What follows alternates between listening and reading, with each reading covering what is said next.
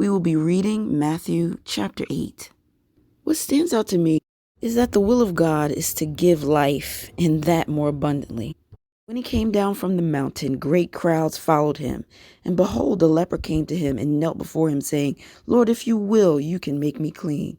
And Jesus stretched out his hand and touched him, saying, I will be clean. And immediately his leprosy left him. And Jesus said to him, See that you say nothing to anyone, but go show yourself to the priest and offer the gift that Moses commanded for a proof to them. When he had entered Capernaum, a centurion came forward to him, appealing to him, Lord, my servant is lying paralyzed at home, suffering terribly. And he said to him, I will come and heal him.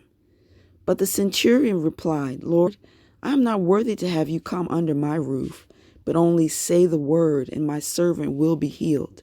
For I too am a man under authority, with soldiers under me. And I say to one, Go, and he goes, and to another, Come, and he comes, and to my servant, Do this, and he does it.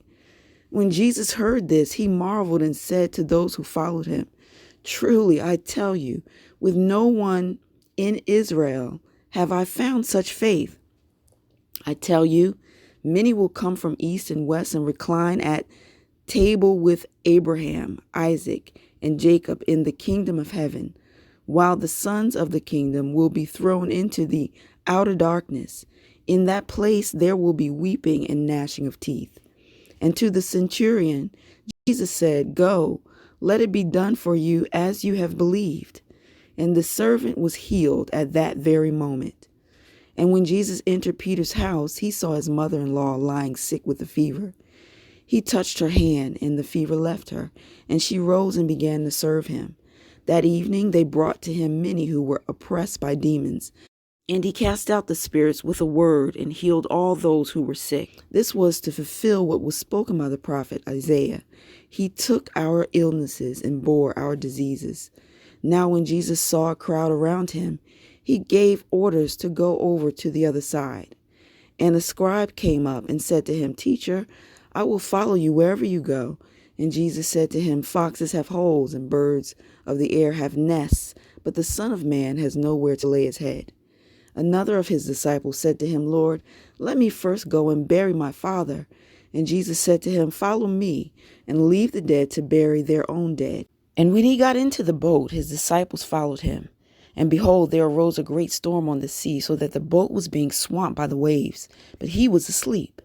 And they went and woke him, saying, Save us, Lord, we are perishing. And he said to them, Why are you afraid, O you of little faith? Then he rose and rebuked the winds and the sea, and there was a great calm. And the men marveled, saying, What sort of man is this, that even the winds and sea obey him? And when he came to the other side, to the country of the Gadarenes, 2 demon-possessed men met him, coming out of the tomb, so fierce that no one could pass that way. And behold, they cried out, What have you to do with us, O Son of God? Have you come here to torment us before the time? Now a herd of many pigs was feeding at some distance from them, and the demons begged him, saying, If you cast us out, send us away into the herd of pigs. And he said to them, Go. So they came out and went into the pigs, and behold, the whole herd rushed down the steep bank into the sea and drowned in the waters.